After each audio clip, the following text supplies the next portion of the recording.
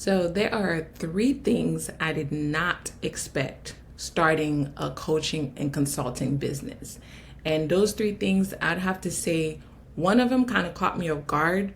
And the other one, I was not expecting it to be the brunt of what I would have to do. So today, that's what we're going to talk about is those three things that as a coach and consultant, I was not expecting to have to address, if you will.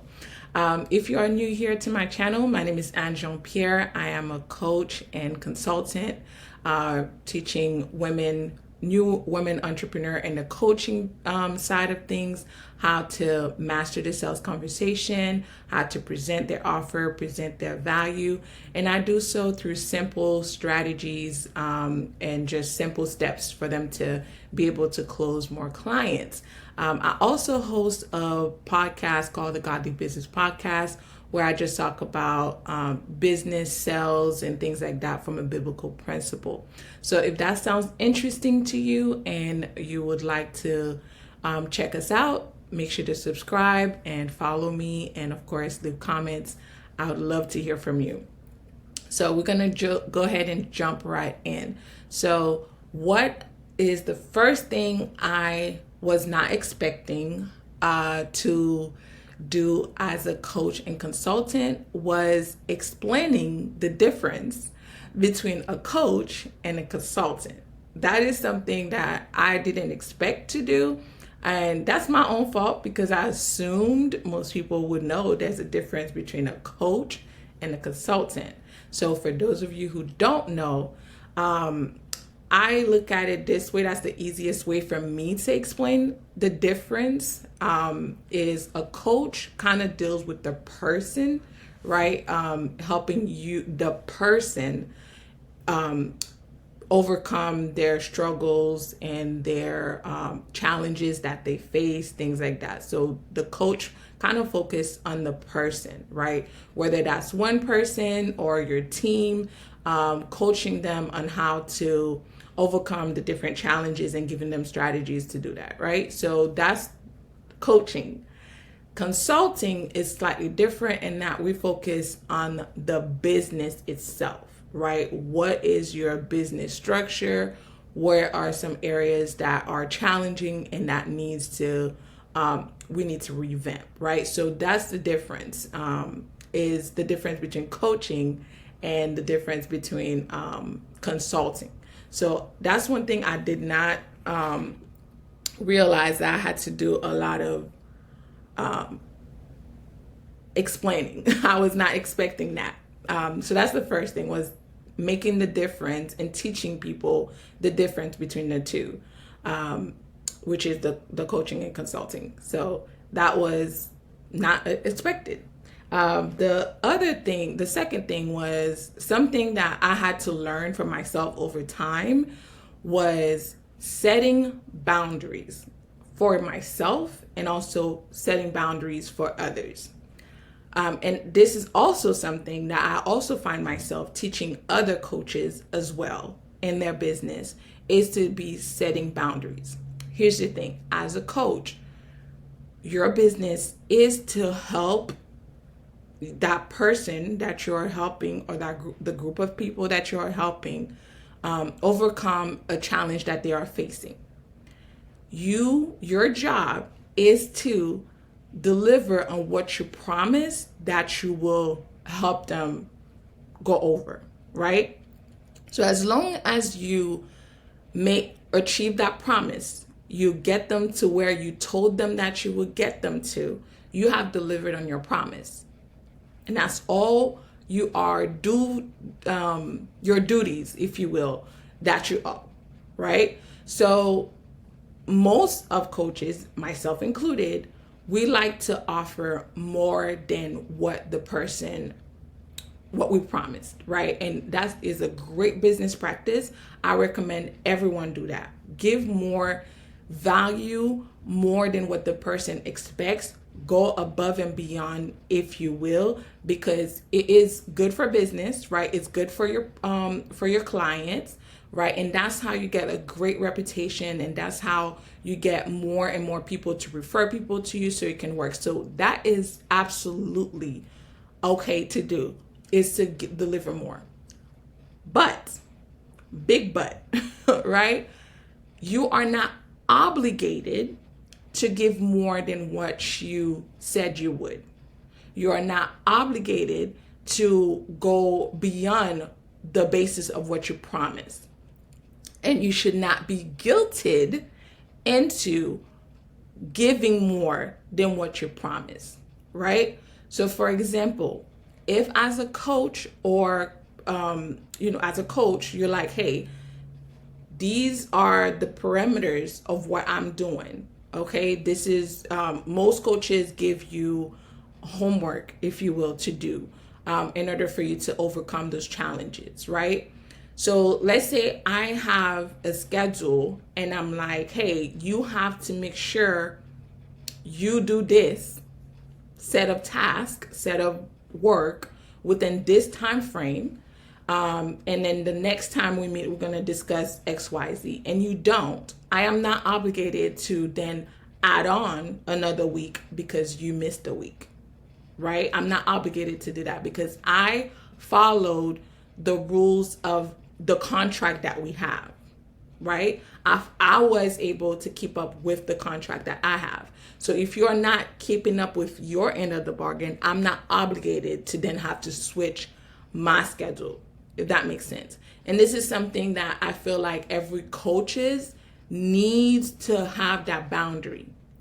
You need to have that boundary for yourself because you're not obligated to, and people will take advantage of you.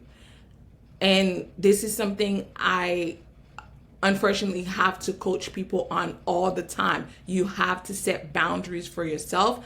I do not feel bad about it. This is a contract. And you remember, as much as you love those people that you help, as much as you like, hey, I want to work in purpose, I want to change people's lives, I am right there with you.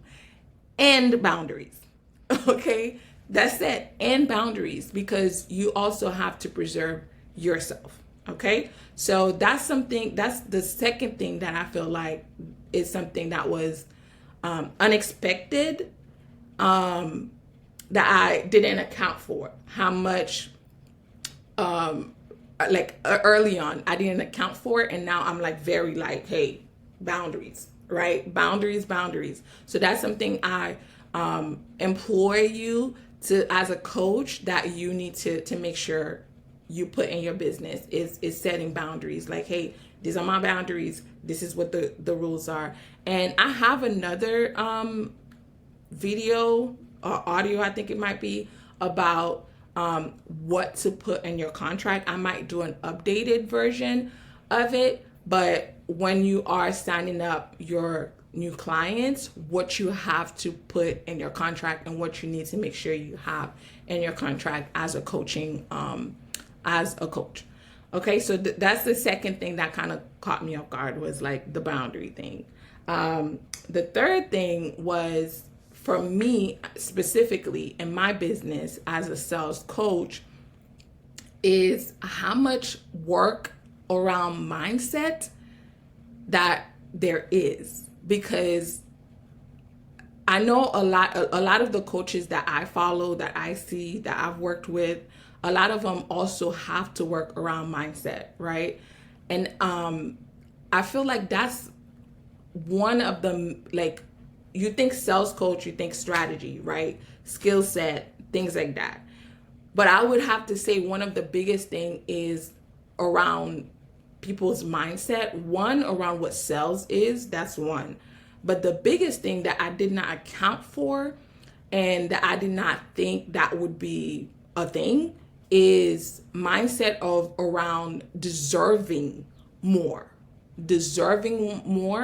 Mindset around that you are, it's okay for you to charge appropriately, and charge the amount that you deserve, right? And that's something that kind of caught me off guard, that I didn't think I would have to work around as much, is teaching people that, yes, you are your package, what you offer is valued at 4,000, 5,000, and that you are worthy of that package and charging that, and that you are not a bad person for wanting more, and that you are valuable, right? And that your time is valuable, your knowledge is valuable, what you have to say is important, you can make a difference, those type of things around worthiness. There's a lot around being worthy and being worth it, and confidence around those things. That's something that I did not expect to help people overcome as a coach. And I feel like that's a huge part of it. Before we can even discuss, before you can even discuss like your sales strategy and your sales package, and, overcoming fear of sales, which is something I also talk about a lot, like the mindset around sales.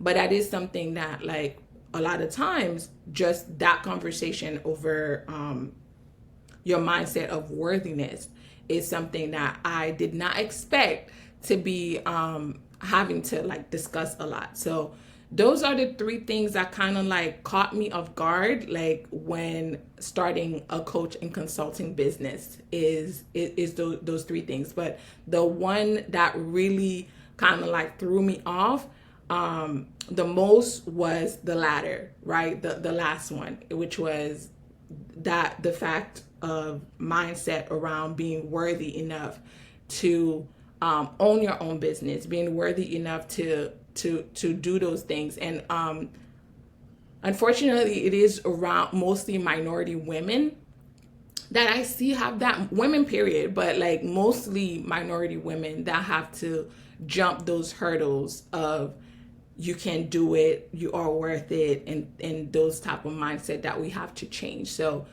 those are the three things that I was surprised by in starting a consulting and coaching business.